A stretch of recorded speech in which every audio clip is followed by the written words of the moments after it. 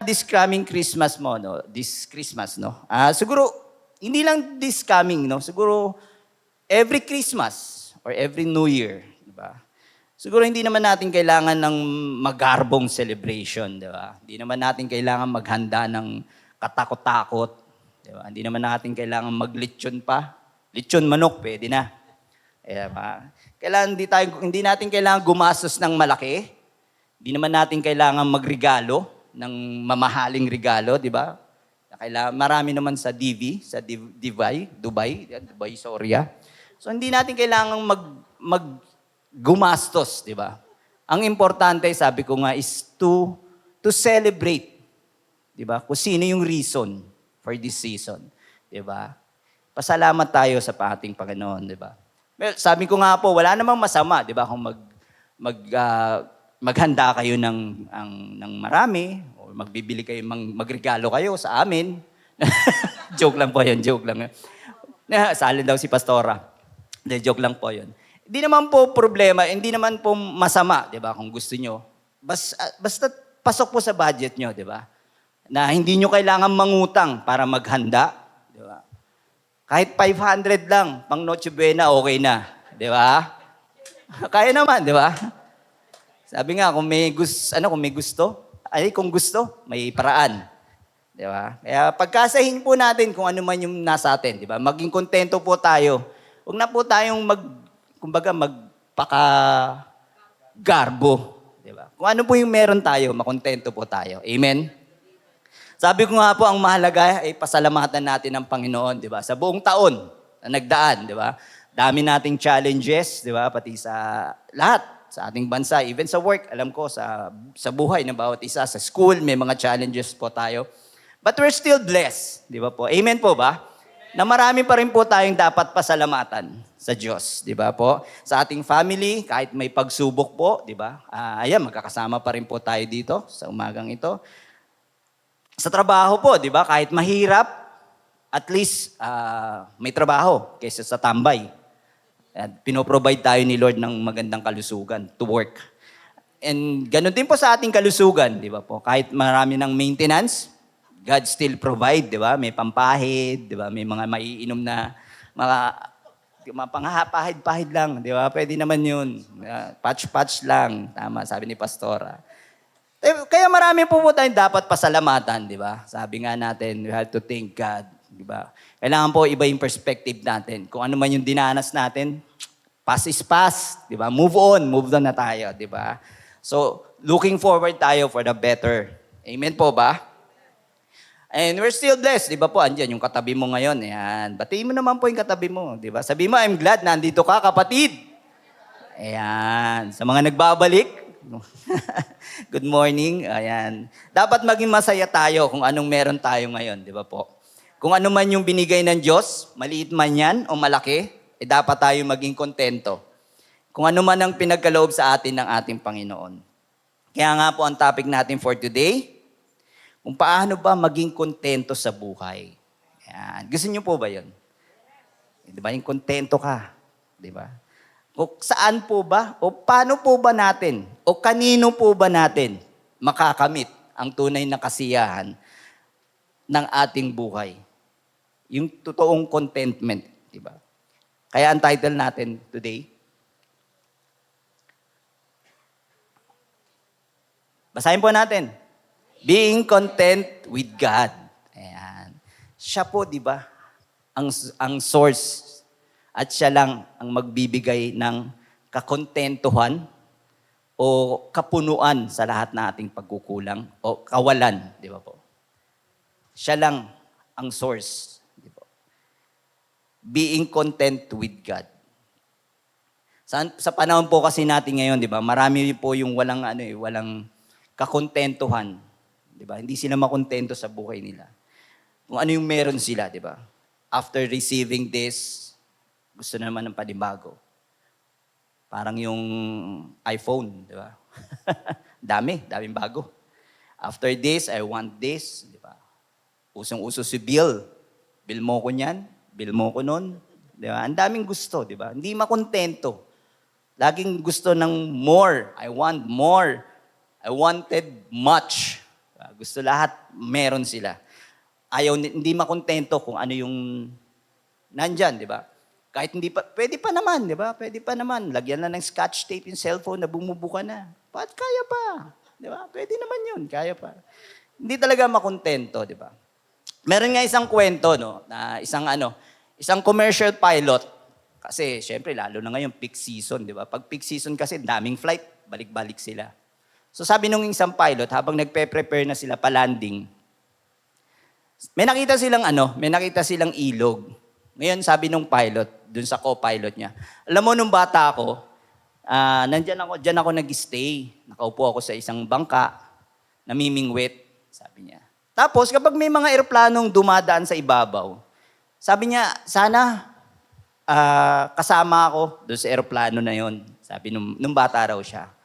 Pero ngayon, nandito ako ngayon as a pilot, sabi niya, tinitignan ko yung ilog sa baba.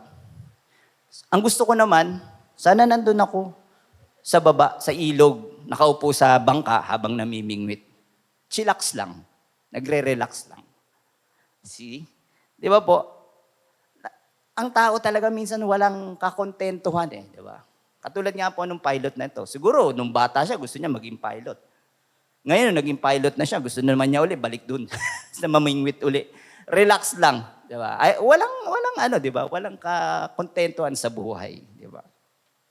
Sa ibang tao po kasi napakahirap yung magkaroon ng kakontentuhan, di ba po? Magkaroon ng kasiyahan. Parang gusto natin laging level up. Excited tayo sa isa. After isa, meron ulit. Gusto natin laging bago. Gusto natin laging bago. Parang ganon, di ba? Walang kakontentuhan. Kung ayaw nito, okay, ito, palit naman ng iba, di ba? Shout out doon sa mahilig sa sapatos, di ba? Diba? Sa mga octopus. Kung minsan kasi sinusunod natin yung inaakala nating maganda, inaakala natin magpapasaya sa atin, but in the end, hindi pala siya nag-work. Di ba? Hindi naman pala, hindi rin maganda. Katulad nga doon sa nangyari sa ating bansa ngayon, di ba? Kung mapapansin po natin, kitang-kita yung mga taong walang kakontentuhan sa buhay, di ba? Kaya maraming katiwalian na nangyayari, di ba? Yung bansa po natin, nababaon sa utang. Dahil po dun sa mga iba, or sa hindi lahat, sabihin natin, ibang leader na inuuna yung sarili nila, di ba? Imbis na unahin yung need, inuuna yung greed. Di ba?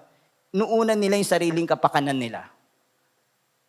Dahil hindi sila makontento sa kung anong meron sila eh. Kaya gusto nila magpayaman. Ayaw nila kung ganito lang. Gusto nila up ng up.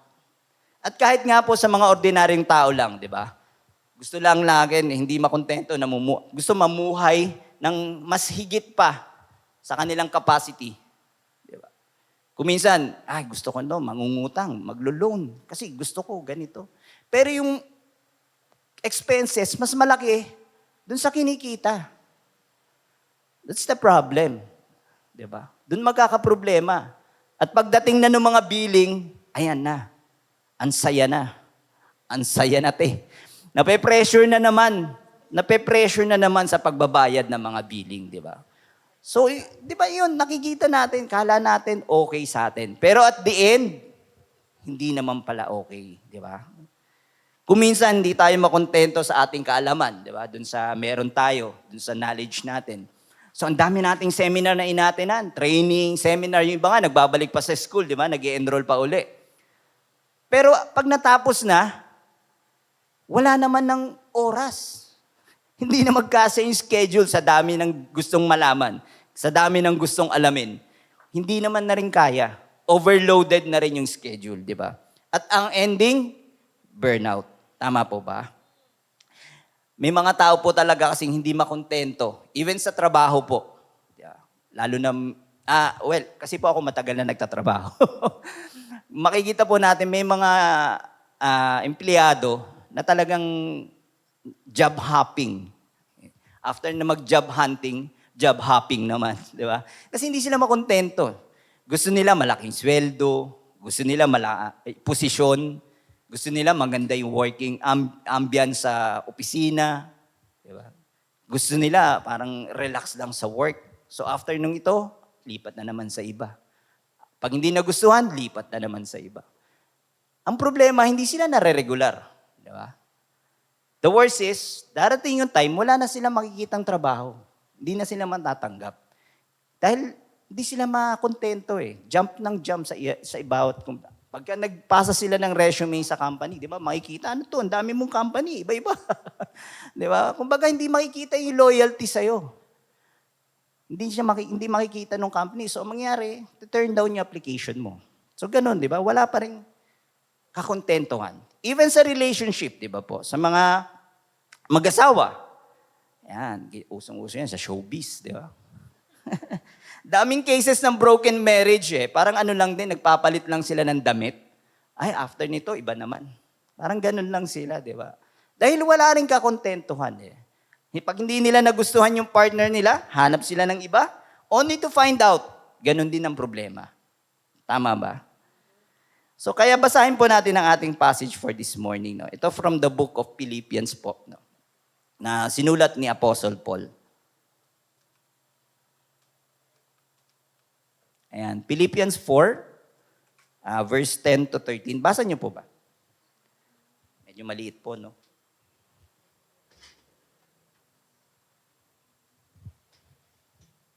Okay, basahin po natin. I rejoice greatly in the Lord that at last you renewed your concern for me. Indeed, you were concerned, but you had no opportunity to show it. I am not saying this because I am in need, for I have learned to be content whatever the circumstances. I know what is to be in need, and I know what is to have plenty. I have learned the secret of being content in any and every situation, whether well-fed or hungry, whether living in plenty or in I want. I can do all this through Him who give me strength. Let us pray. Lord God, maraming salamat po for this morning na inalaw niyo po, Lord, ang bawat isa na makarating po rito, Lord, to celebrate with you, Panginoon, and to hear your message for this morning, O Lord. And we thank you, Lord, and we ask you to fill this room with your Holy Spirit, Panginoon, at buksan niyo po ang puso at ang isipan ng bawat isa to receive your message, Panginoon. Maraming salamat. And wag niyo pong hayaan, Panginoon, ang mga distraction na gawa ng kaaway na maganap, Lord, in Jesus' name, and Lord God. And we thank you, Lord, and we ask you to override my preparation, Panginoon. And we leave everything to you in the mighty name of Jesus. Amen and amen. Ayan po. So ito pong natin, yung passage natin. No? Sinulat po ito ni Apostle Paul habang nandun po siya sa kulungan. Di ba po? Siya po ay nakakulong dahil gawa nga ng mga taong tiwaling opisyal nung panahon na yon. At anytime po, no, pwede siyang hatulan ng kamatayan dahil sa mga maling paratang sa kanya. No? Dahil sa pagpapalaganap na niya ng salita ng Diyos. Dahil po sa pagiging faithful ni Paul sa Diyos, pinakita po niya sa mga taga-Filipo, sa mga Philippians po na kung paano magkaroon ng kakontentuhan o kasiyahan sa anumang kalagayan niya. Katulad nga po niya, di ba? Gumagawa po siya ng letter. Sinasabi niya na masaya pa rin po siya kahit in spite na nakakulong po siya. Yun ang sinasabi niya sa mga taga-Filipo. At nagpapasalamat nga po siya dito dahil sa patuloy na binibigay na support nila para kay Paul, no, habang nakakulong po siya. Sinasabi niya doon sa letter niya na taos-puso po siya nagpapasalamat sa mga ginagawa ng mga taga-Filipo. Hindi po siya nagkulang sa pangangailangan. Gusto niya iparating na kahit nandun po siya sa loob ng kulungan, hindi po nagkulang ang Diyos to provide kung ano man yung kailangan niya. Gusto niyang iparating doon sa mga taga-Filipo na masaya siya. Sabi nga doon sa passage natin dito, no, kahit naranasan niyang magutom, naranasan niya kahit busog siya, nagpapasalamat pa rin sa Diyos, di ba? Sabi nga rito, natutunan niya maging kontento. Di ba? Yun ang natutunan niya sa loob. Yun ang gusto niyang i-share doon sa mga taga-Filipo. At gusto niyang ipaalam sa mga ito na tunay niyang pinahahalagahan lahat ng tulong na galing sa kanila. Kaya naman sinulat niya yung liham na ito sa mga taga-Pilipo para magpasalamat at pagbibigay aral na din at the same time kung paano maging kontento kung ano man ang kalagayan mo. Ganon din po sa atin. Yun ang tinuturo sa atin ng Biblia. Na dapat po maging kontento tayo, di ba? Kung any situation, sabi ko nga, tignan po natin in the other perspective, na maging masaya tayo, makontento tayo kung anong meron sa atin ngayon. The word contents from a Greek word that means self-sufficient. Pero po kay Apostle Paul, ang kanyang paliwanag sa pagiging kontento, sinabi po niya, he rejoiced greatly in the Lord. Masayang-masaya siya para sa Panginoon. Dahil sa binibigay, kung ano man yung binibigay sa kanya ng Panginoon, kahit nandun siya sa kulungan, masaya pa rin siya. Lubos daw siyang nagagalak sa Panginoon. Kapag natatanggap niya yung mga tulong ng mga taga-Pilipo, hindi dahil sa pera, kundi dun sa pagmamahal na pinapakita at pagiging concern sa kanya ng mga taga-Pilipo. Kaya sinabi nga niya dito sa verse 13, sabi niya rito, I can do all this through Him who give me strength. Yan. Doon po yung pinagkukuhanan niya ng pagiging sapat sa Diyos. Hindi man ibig sabihin na ang pagiging kontento ay magiging masyado po tayong complacent, no? Sabi nga, hindi naman pagiging wala ka nang gagawin, di ba? Sa pagiging kontento mo, kailangan kung ano yung situation mo, di ba? Kung ano yung hinaharap mo, kung anong meron ka, di ba? Bilang mga Kristiyano, maaari po tayong magsikap na mas mapabuti po ang ating kalalagayan. Amen po ba? Habang meron po tayong opportunity, di ba? Huwag po tayong maging magpaka-complacent lang na upo lang tayo dyan, okay ako sa trabaho ko. Yun po, natutunan ko po yun. Na sabi ko nga, anything can happen sa work mo, di ba? Akala mo okay ka rito, pero darating yung time, ligwak ka. Di ba? Anytime can happen. Kaya sabi nga, ang pagiging kontento, hindi naman yung wala ka nang gagawin, di ba? Sabi nga. Sabi po dito sa 1 Corinthians 7 verse 21, sabi rito, were you bond servant when called? Do not be concerned about it. But if you can gain your freedom, avail yourself of the opportunity. So kung may oportunidad po tayo to level up, sabi nga natin, hindi naman masamang mag-level up, di ba? Kung may opportunity tayo, why not? Di ba? Kung nandyan yung opportunity. Walang masama sa paghahangad po ng mas magandang buhay. Tama po ba? As long as you do in submission to the will of God. Di ba? Basta nasa kalooban ng Panginoon, walang problema. Di ba? Hindi kailangan maghangad po tayo na mas umangat, di po masama yun. Sabi ko nga, basta naaayon po sa kalooban at kagustuhan ng Panginoon. Amen? So, true contentment is an inner sense of peace that comes from being right with God. Amen? And knowing that He is in control of all our situation. Ito po yung panatag yung kalooban natin. Tama po ba? Sabi nga ni Apostle Paul, di ba? Panatag yung kalooban niya kahit meron siya, wala man siya. Dahil alam niya, kasama niya si Lord. Amen po ba? Tayo po ba, ganun po ba tayo? Panatag yung kalooban mo. Yun yung sinasabi natin contentment, di ba? Panatag yung kalooban natin kahit wala tayong pang dinner. Lunch pa lang, iniisip mo na dinner. Breakfast pa lang, iniisip mo na in dinner, di ba? Pero panatag pa rin yung kalooban mo dahil alam mo, nakasama mo si Lord who will provide you, di ba? Na magpo-provide sa pangangailangan natin, sa lahat ng kailangan natin, di ba? Sa madaling salita po na contentment is yung inner peace nga po natin, di ba? Kumbaga, panatag yung kalooban natin. Nakasama natin si Lord, ano man ang mangyari, kasama natin siya. Hindi niya tayo pababayaan. Ibig sabihin po, kailangan nakafocus po tayo sa kaharian ng Panginoon. Nakafocus po tayo sa kanyang kapangyarihan. Di ba? Hindi lang dahil sa mga material na bagay. Di ba? Well, if God grants us material comforts, well, i-enjoy lang po natin. Di ba? At magpasalamat tayo. Basta alam po natin by heart na kung anong meron tayong mga blessing na dumarating sa atin, alam natin na galing kay Lord yun. Di ba po? Amen? Yun po ang importante na magpasalamat tayo. Dahil alam natin na kay Lord galing yun. At kung sakaling i-bless tayo ni Lord ng sapat or ng sobra, di ba? Dapat matutunan din natin itong gamitin sa tamang paraan. Kung ano yung purpose ni Lord, di ba? Para sa binigay niya sa iyong blessing. At kung sakaling bawiin man ni Lord yung ating resources, di ba? Kung halimbawa man i-postpone niya, mananatili po, dapat manatili pa rin po tayong masaya or kontento. Dahil anytime, alam natin, di tayo pababayaan ni Lord. Nakafocus po tayo sa Kanya, sa Kanyang kapangyarihan, di ba?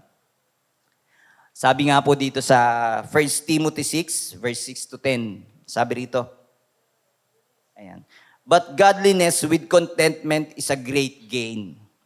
For we brought nothing into this world, and we cannot take anything out of the world. But if we have food and clothing, with this we will be content. But those who desire to be rich fall into temptation, into snare, into many senseless and harmful desire that plunge people into ruin and destruction. For the love of money is a root of all kinds of evil. It is true, this craving, that some have wandered away from the faith and pierced themselves with many pangs. Tinuturo po rito, no, sinasabi dito sa Biblia na ang pagiging makadiyos daw, o yung pagiging malapit sa Diyos, godliness, nang may kakontentuhan, ay malaking gain para sa atin, di ba? Malaking pakinabang para sa atin. Dinala po tayo rito sa mundo nang wala po tayong dala, wala po tayong bitbit na kahit ano. At aalis din po tayo dito sa mundong ito na wala din pong dala at walang bitbit na kahit ano. Dapat po tayong makontento kung meron po tayong pagkain. Sabi nga na, we have food and clothing. Maging kontento po tayo, di ba? Sabi rito. Yung mga taong nanghahangad naman po, no, ng mga kayamanan, ng sobra-sobra nga, ay posibleng magdala sa kanila sa kapahamakan, di ba? Sabi rito, for the love of money is the root of all kinds of evil, di ba? So, totoo naman po, sabi nga natin, hindi naman masamang magka-pera, di ba? Or maghangad ng pera. As long na sa magandang paraan o sa pamamagitan ng tama o naaayon sa kalooban ng Panginoon, di ba? Hindi naman yung maghahangad ka ng sobra-sobra din. Walang katapos ang paghahangad. Hindi matapos, di ba? At di mo ito ginagamit sa paraan na kung ano yung kaparaanan ng Panginoon kung bakit tayo binebless ng resources, di ba? Ibig sabihin, gagamitin po natin ito sa kaparaanan na sa kagustuhan ng Panginoon, di ba? Kung ano yung purpose, kung bakit ka blines ng sobra-sobra. Ibig sabihin, i-share your blessing, di ba? Kung meron man tayong sobra, share your blessing, di ba? Maging channel po tayo ng blessing. Doon naman po sa mga taong nangangailangan. Doon po sa mga taong kapos. Di ba po? Yun natin, kasi sinasabi na hindi masamang maghangad, di ba po? Ang sobrang paghahangad ng pera naman po kasi ay nagtutulak sa pagtalikod natin sa ating pananampalataya na nagdudulot sa atin ng matinding paghihirap sa ating buhay. Kaya kung binayaan po tayo ng Panginoon ng sobra, gamitin po natin to kung ano po yung purpose ni Lord sa blessing na na-receive natin. Kaya nga sabi ko, share your blessing. Amen po, di ba? Sabihin niyo po sa katabi niyo, share your blessings. Ayan. Masaya ba? Masaya ba nung sinabihan mo? Baka malungkot na kasi naubos na yung bonus. Dumaan lang sa kamay. Now the question is, how do we acquire contentment? Di ba? Paano ba tayo magkakaroon ng kakontentuhan o kasiyahan sa ating buhay? Pinapaliwanag sa atin ni Apostle Paul na sa ating passage na ang sikreto ng kasiyahan o pagiging kontento sa any situation, even sa atin, di ba? Kung paano natin magiging kontento kung ano man ang katayuan natin. Ang sinasabi po rito ni Apostle Paul is to focus on God, di ba? Focus on God. And our contentment comes from focusing on God as the sovereign one. Di ba po? Amen? He is the sovereign one to whom we submit. Di ba? Our contentment comes from focusing on God as Savior. Di ba? He is the Savior whom we must serve. And number 3, sufficient one. God is the sufficient one whom we must trust. Amen? Siya po ang ating pagkakatiwalaan. Siya po ang ating sandalan. Siya po ang ating sandigan. Dahil siya po yung nandun. Siya po yung sovereign one. Siya po yung nasa kataas-taasan. Kaya sa Kanya po natin makakamit ang tunay na kakontentuhan sa buhay. Tama. At siya ang ating Savior, na, di ba po, na ating malalapitan, na kailangan nating pagsilbihan. He is the sufficient one na dapat nating, na kailangan nating pagkatiwalaan. Amen? Ng ating mga pangangailangan. Kung kilala natin ang Diyos sa mga ganitong paraan, tulad nga po ni Apostle Paul, ay makakamit natin ang pagiging kontento sa buhay. Amen? So number 1, focusing on God as the sovereign one. Ayan, sabi po dun sa verse 10, no?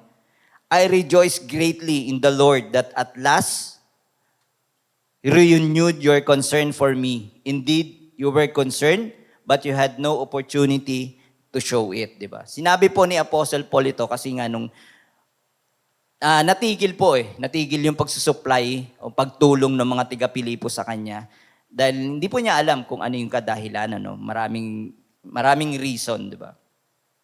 Sinabi po ni Paul na muling binuhay po, no? Na-revive po yung pagtulong ng mga tiga-Pilipo sa kanya, sa kanilang pagmamalasakit. Idinagdag niya na palagi silang nag-aalala, ngunit kulang sila sa pagkakataon. Hindi po, may mga reason po kasi kaya hindi nakapagpatuloy o na-stop po yung pag-support ng mga tiga-Pilipos kay Apostle Paul doon na nakakulong siya. Iba't ibang dahilanan po. Pero patuloy po nagpapasalamat pa rin si Apostle Paul sa kanila. Kung ano ang mga kadahilanan, naniwala po siya na God is in control. Alam po niya na ang Diyos ang lahat ng kanyang pangangailangan. Bigyan nga man siya ng bigyan man siya ng marami, o bigyan man siya ng kakapusan, kung wala man o meron, nananatili po siya nagpapasalamat, nagpapasakop sa kaharian, sa kapangyarihan ng Diyos. Nananatili po rin siyang tapat o faithful sa kanyang pananampalataya. Hinayaan niya kung anong plano at kalooban ng Diyos, di ba? Sabi nga niya, thy will be done. He fully surrendered to the Lord. Maaari nga po kasi may paninindigan si Paul, no, na ayaw niyang ipaalam kahit kanino yung pangangailangan niya, yung need niya. Siguro yun yung yung conviction niya na hindi kailangan ipaalam kung ano man yung kailangan ko. Sa Panginoon lang niya pinapaalam through prayer. Doon lang niya sinasabi kung ano yung pangangailangan niya. Doon po sa mga naaturuan niya, even doon sa mga Ephesians, doon sa mga Colossians, at sa iba pong mga individual na ginagawa niya ng sulat, hindi po niya sinasabi yung kanyang pangangailangan. Never po niyang diniscuss na may need siya. Ang sinasabi lang niya is, pag-pray lang siya. Humihingi lang po siya ng prayer to be bold at magpatuloy sa kanyang ginagawa. Instead, he asked for prayer for boldness and faithfulness in his witness. He trusted in and submitted to the sovereignty of God to provide his need. Diba? May time na nagpo-provide po sa atin si Lord ng sobra-sobra, no? Kaya ito rin nga po sabi ni Paul, natutunan niya na mamuhay ng sobra-sobra. Gusto po ba natin yun? Matutunan din natin mamuhay ng sobra-sobra. Sana all, ano? Di ba? Matutunan natin paano yung sobra-sobra. Sana all, di ba? Pero minsan din naman po, yun nga, minsan wala. Hinahayaan pong itest ng Panginoon si Paul, no, kung give up siya sa kanyang faith. Kaya kailangan din ni Paul na matutunan maging humble at mabuhay ng wala. Pero sa ganung pagkakataon, never po siya nagreklamo sa Panginoon. Never po siya nagpanic. Nag-submit lang po siya sa kapangyarihan ng Panginoon. Never siya nag-ask, never niyang question si Lord, but Lord, ba't wala pang supply? Di ba? Kailangan ko to. Never po niya sinabi sa Panginoon. Bagkus nagpasalamat lang po siya kung ano ang binibigay ng Panginoon. Nagpasalamat siya dahil tiwala siya sa kapangyarihan ng Diyos. Tiwala siya na control. God is in control in everything. God is in control kung ano man sitwasyon meron siya. Nagtiwala lang siya sa Diyos na alam nito kung anong makakabuti sa kanya. He trusts God na si Lord alam niya kung ano yung need ko, di ba? Kung ano yung totoong kailangan. Ganon din po tayo, di ba? Kailangan magampanan yung need natin, hindi yung gusto natin. Kung ano na yung kailangan natin, di ba? Palagi niyang pinasasalamatan ng Panginoon dahil alam niya ang Panginoon ay hindi nagpapabaya sa kanyang mga anak.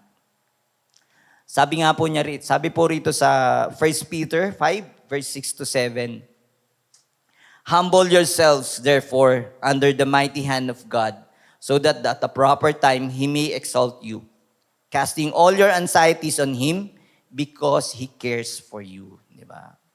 Nagmamalasakit po sa atin ang Panginoon at mahal na mahal niya po tayo. At ayaw po niya tayong pabayaan. Sinabi nga po dito ni Paul na natutunan niya yung maging kontento sa kanyang kondisyon. Mahirap man o okay man siya. Pero hindi po ito natural lang, no? Na natural lang sa kanya na alamin yun. Sinabi nga po niya rito na natutunan niya po ito.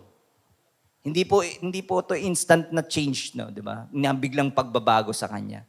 Natutunan po niya to sa loob ng bilangguan. Sabi nga, it's a process, 'di ba? Isang proseso na dapat din nating matutunan sa paglalakad sa ating journey na kasama ang Panginoon. Amen? Kailangan po natin ito matutunan araw-araw. Yung trials, di ba? Kung meron mang masagana man tayo, kailangan nating matutunan. Kailangan balance yung ating pananampalataya sa Panginoon, di ba? Mahirap man tayo, nasa kahirapan man tayo, nasa challenges time man tayo, o nandun man tayo sa kasaganaan, dapat alam natin na magpasalamat sa Panginoon. Ang sabi nga po doon ang susi po ng prosesong ito, ng process nito, ay dapat maunawaan po natin lahat ng nakikita man natin o hindi natin nakikita ay galing sa Panginoon. Dapat po nating maunawaan na God is in control. Amen? Kasi minsan, di ba, dumarating na tayo dun sa time na, Lord, bakit naman di mawala-wala tong sakit ko na to? Tong gout ko. Dumarating tayong question, no? Ako pa naman po speaker, pero umatake yung gout ko. Diba? Pero dapat alam yung reason, diba? Sabi nga tayo, testing lang yan, testing of faith, kung bibigay ka ba o hindi. Diba? Kung magpapatuloy ka sa gawain ng Panginoon o mag-stop ka. Diba? Pero kung surrender ka kay Lord, alam mo yung kapangyarihan ng Panginoon. Alam mo, by heart, diba? Na hindi ka niya pababayaan. Diba? Kung may pinagagawa sa'yo, go. Halimbawa, Lord, paano pinapupunta ako ni Pastora dito sa school para mag-disciple? Wala akong pamasahe. Go lang. Di ba? Pray ka lang kay Lord. Lord, wala akong pamasahe. Inuutusan ako ni Pastora para magturo. Ni Pastora ka pumunta sa university para mag-disciple. Kaya wala akong pamasahe. Yeah. Pray ka lang. Tiwala lang tayo na God will provide. Di ba? Kasi alam niya He's the sovereign one. Di ba? Siya yung alam niya kung ano yung, hindi mo pa nga alam niya na kailangan mo na Di ba? Hindi ka pa nagpe-pray, alam na niya na kailangan mo ng ng pamasahe. Di ba? Hindi ka pa nagpe-pray, alam niya na kailangan mo nang magbayad ng tuition. Di ba? Hindi mo pa pinagpe-pray, alam na ni Lord. Di ba? Siya nga yung nandun sa kataasan. He's the sovereign one. Kaya tiwala lang po tayo sa Panginoon. At sabi ko nga, katulad nga ni Paul, di ba? Tiwala siya dahil alam niya. Sinasabi niya rito na hindi tayo pababayaan ni Lord. Lahat ng kanyang mga anak ay hindi pababayaan ng Ama, ng ating Diyos amang nasa langit. Amen po? Kasi po ginagamit ng Panginoon ang lahat ng ating kalagayan upang sanayin po tayo, para i-train po tayo, di ba? I-train tayo kung patuloy tayo sa paglapit sa Kanya, di ba? At tinetrain po niya tayo na patuloy tayong magtiwala at magpasakop sa Kanyang kaharian. Amen po? Meron nga po akong gustong i-share sa inyo, nabasa ko lang din po ito. No? Ito po isang story po ng isang Christian evangelist po siya. Isa po siyang missionary. Ayan po. Siya po si George Mueller. Ayan. He lived in 19th century Bristol, England po, no? Kung saan po director siya ng isang malaking orphanage. Siya po at ang kanyang asawa ay literal po naniwala dun sa sinasabi sa Bible. Sinabi rito, dun sa Luke 14 verse 33. So therefore, any one of you who does not renounce all that he has cannot be my disciple. Yan po yung pinanghawakan nilang mag-asawa, ni George Mueller tsaka nung asawa niya. Kaya wala po silang resources. Kumbaga, ginibap nila lahat ng kayamanan nila para po maglingkod sa Diyos. Yan po yung pinanghawakan nila. Kaya wala silang any resources na makukunan. At katulad nga po ni Paul, katulad nga po ni Apostle Paul, no? He was firmly committed to the principle na hindi niya po pinapaalam ang kanyang financial need sa kahit kanino po.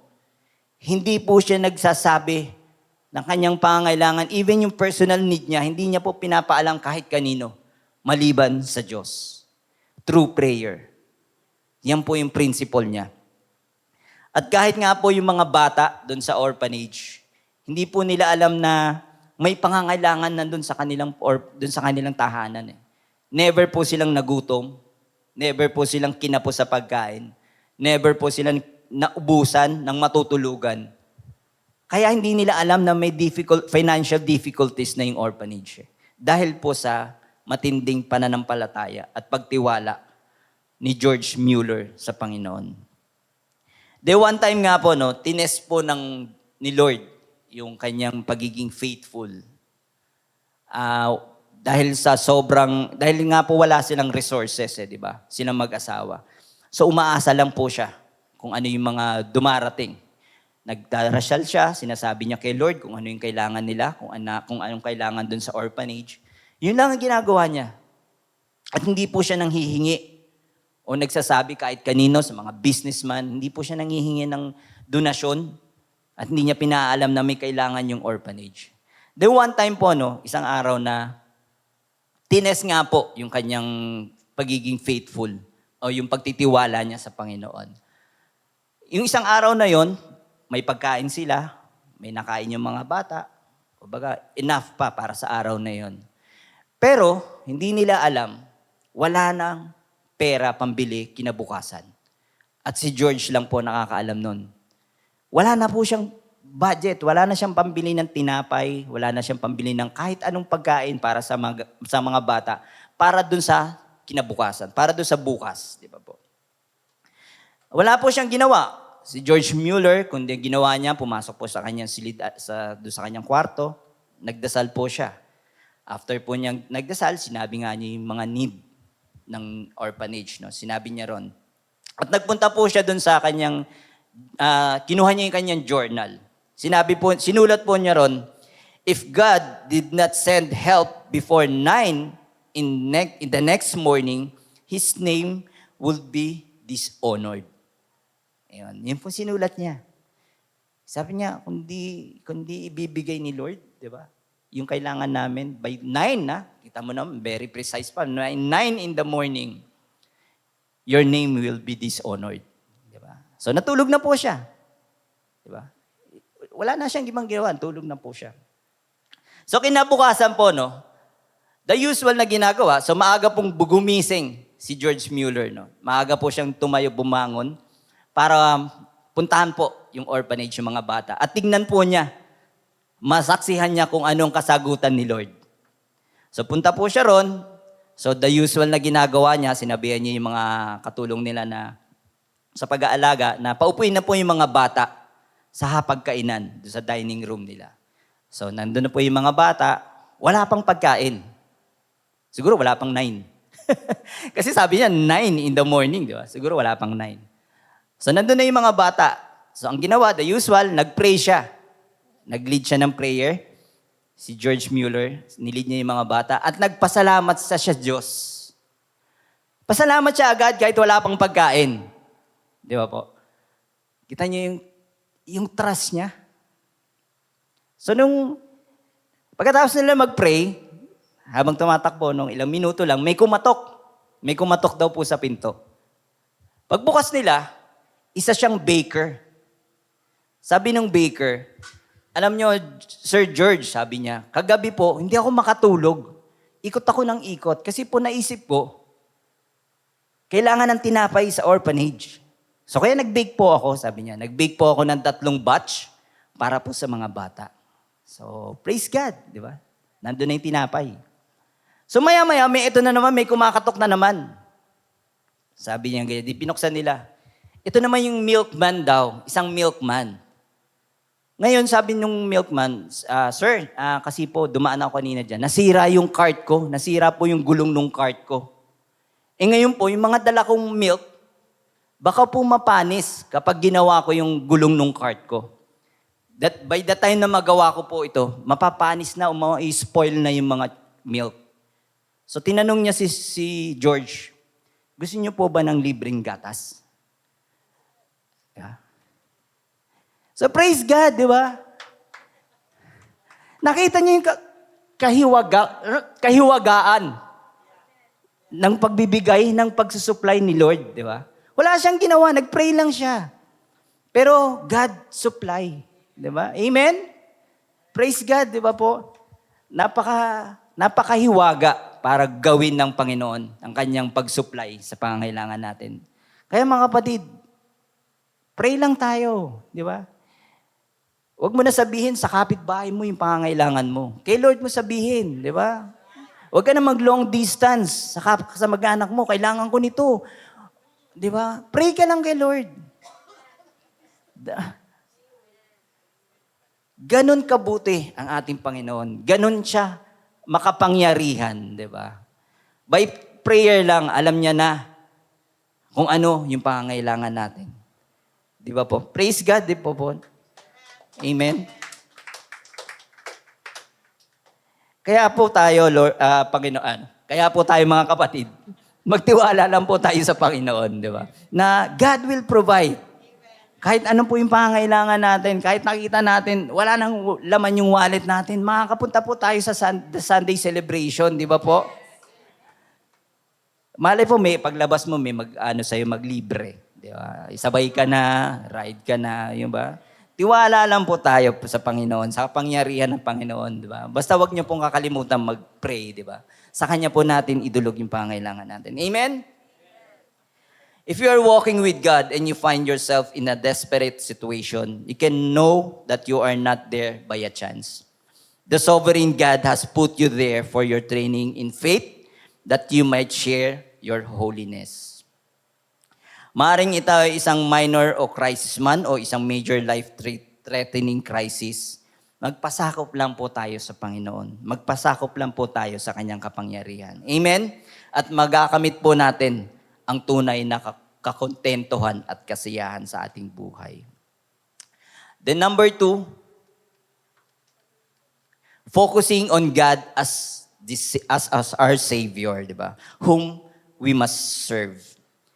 Ang reason nga po kasi ni Apostle Paul na kung bakit natutugunan ng Diyos ang kanyang mga pangailangan ay dahil nga po sa pangako ng Panginoon. Sabi po sa Matthew 6 verse 33, sabi rito, but seek first the kingdom of God and His righteousness, and all these things will be added to you. Yan. All these things. So, ibig sabihin, lahat po, di ba? Lahat. Kung ano ang kakainin mo, kung ano yung susuot mo, kung ano yung iinumin mo. Tinuturo sa atin dito tinuturo po sa atin dito ni Jesus na kung itutuon lang po natin ang ating atensyon sa paglilingkod sa Kanya at sa pagiging righteous, God will take care of our basic needs, di ba? In the context nga po na nagsasalita si Jesus tungkol sa kung paano tayo magiging free from anxiety at kung paano tayo magiging kontento sa buhay. Ganon din po ang tinuturo sa atin ni Apostle Paul dun sa 1 Timothy, sa chapter 6. Ayan, di pala. Kung nakafocus po ang ating attention sa Diyos bilang ating tagapagligtas as our Savior, at sa pagsunod po sa Kanya kung saan niya tayo tinawag para sa Kanyang kaharian, then maaari po tayong makontento sa Kanyang mga binibigay. God provide kung ano talaga yung kailangan natin at hindi yung kung ano yung gusto natin. Dapat tayong makontento kung ano man ang pinagkaloob po sa atin ng Panginoon. Amen? Sabi nga po, contentment is not getting what you want, it's wanting what you've got. Ayan, ulitin ko po. Contentment is not getting what you want, but it's wanting what you've got. Di ba po?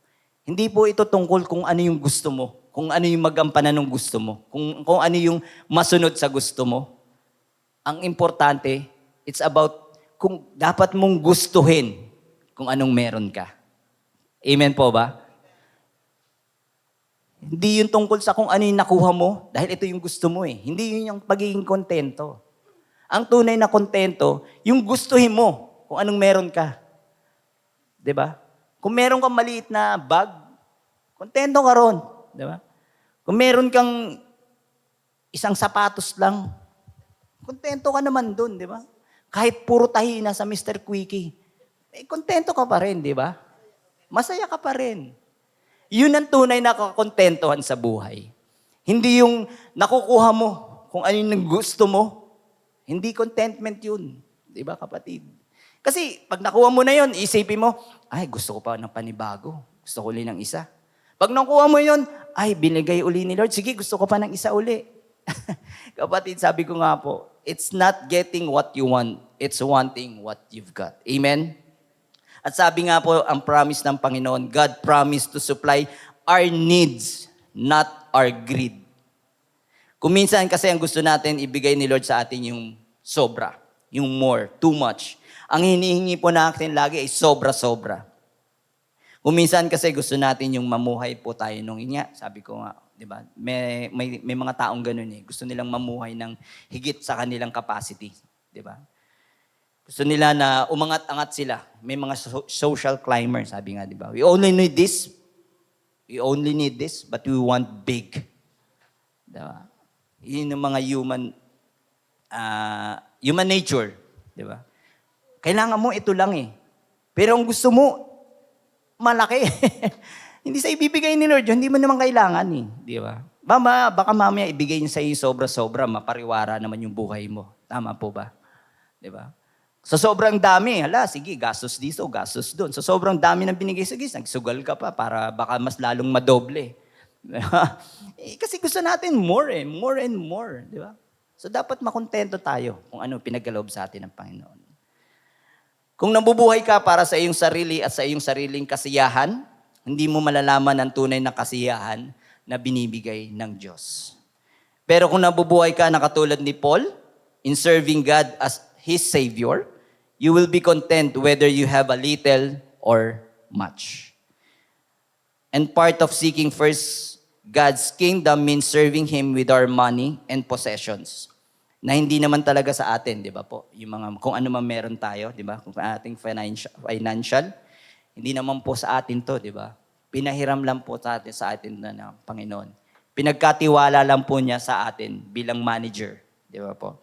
At para pangalagaan.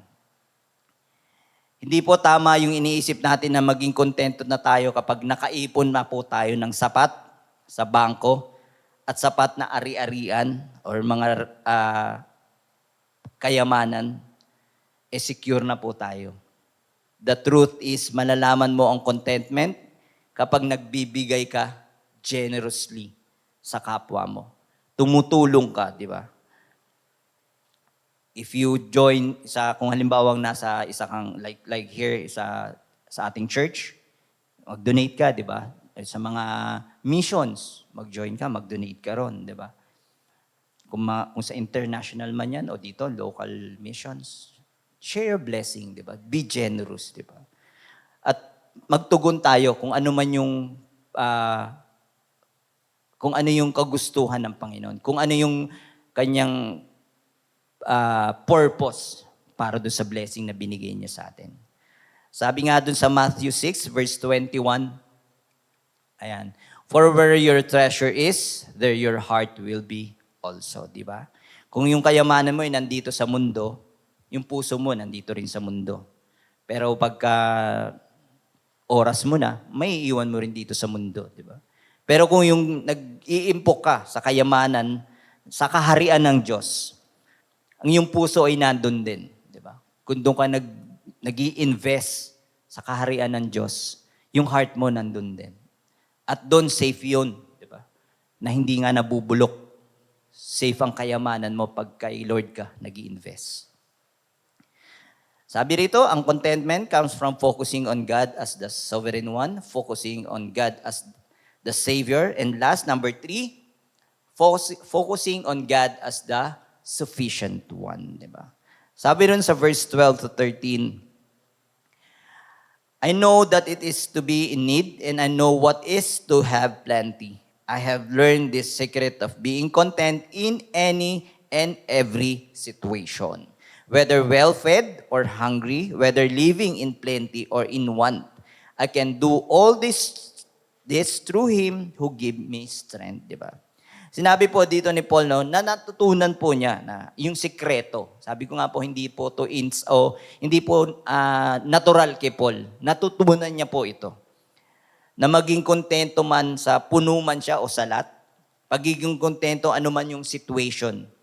Ang sikreto, nakasulat po dito sa verse 13. Kung i-compare po natin sa ibang version, sabi nga rito, ayan,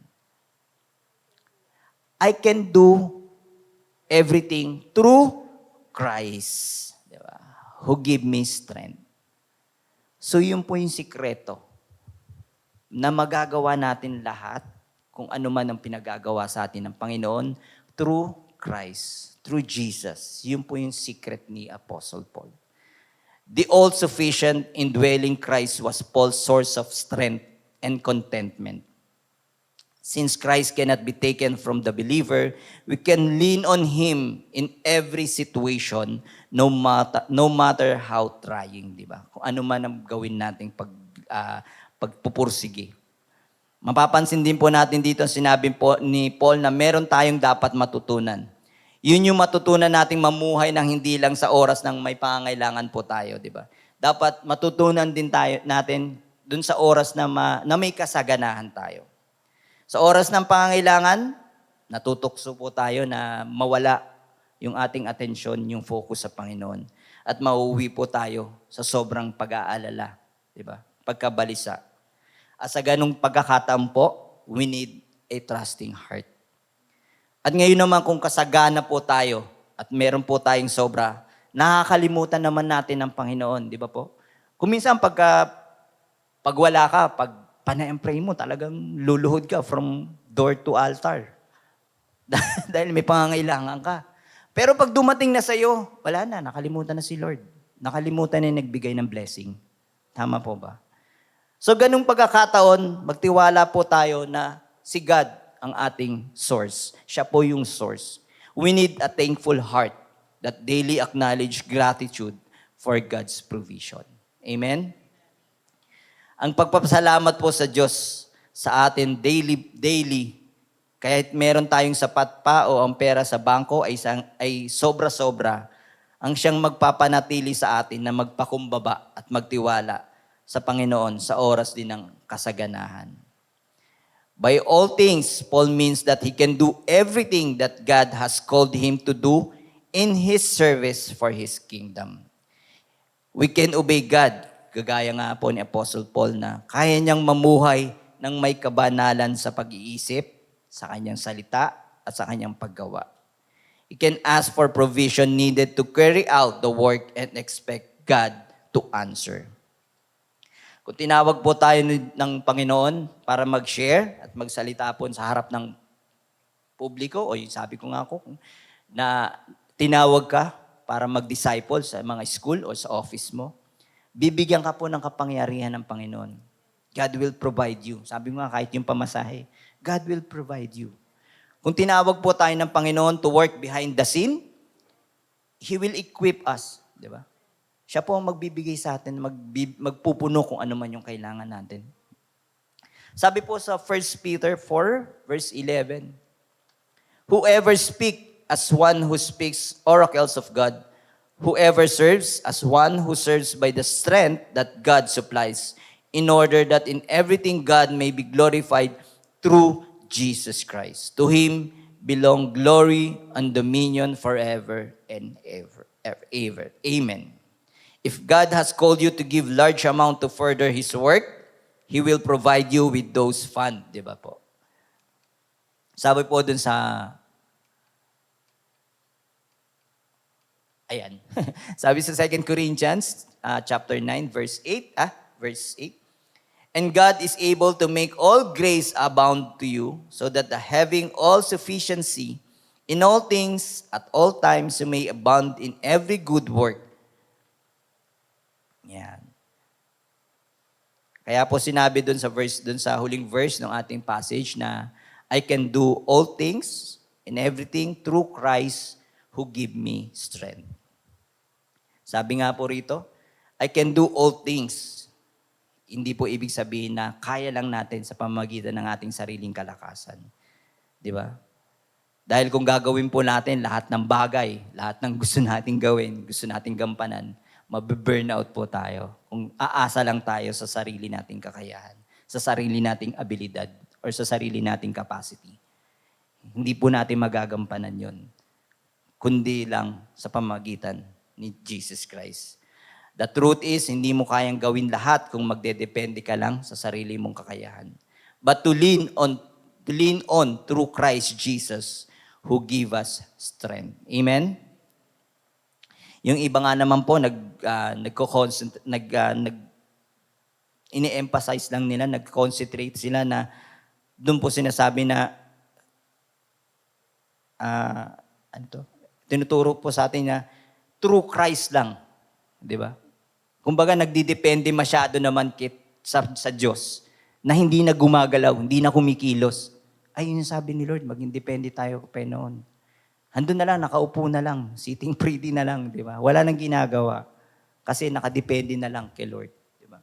So, kailangan po ang tinuturo po sa atin dito ng Biblia, not I can do anything I want, but rather, I can do everything God calls me to do through Him who give me strength.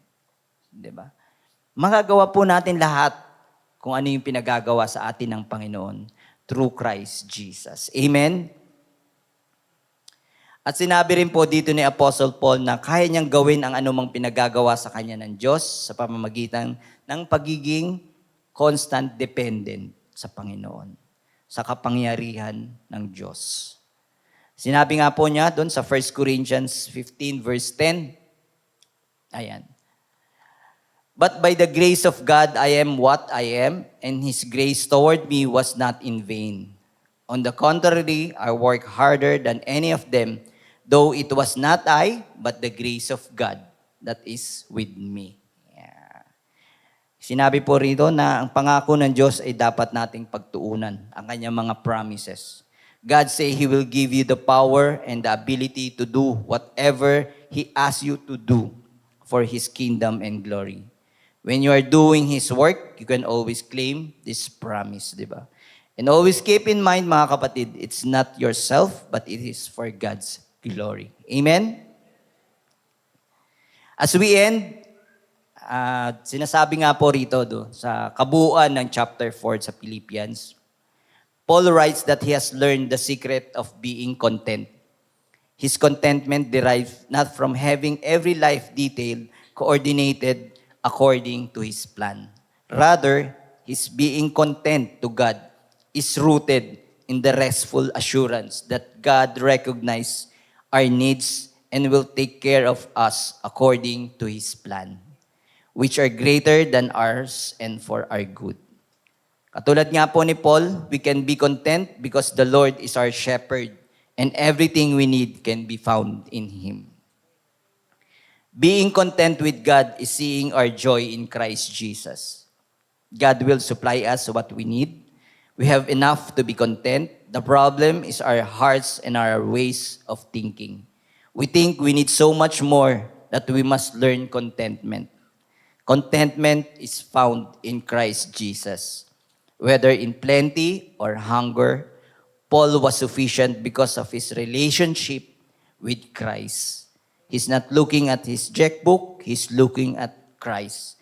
His eyes is fixed on Jesus. He is not looking on his circumstances because his eyes are fixed on Jesus. Amen?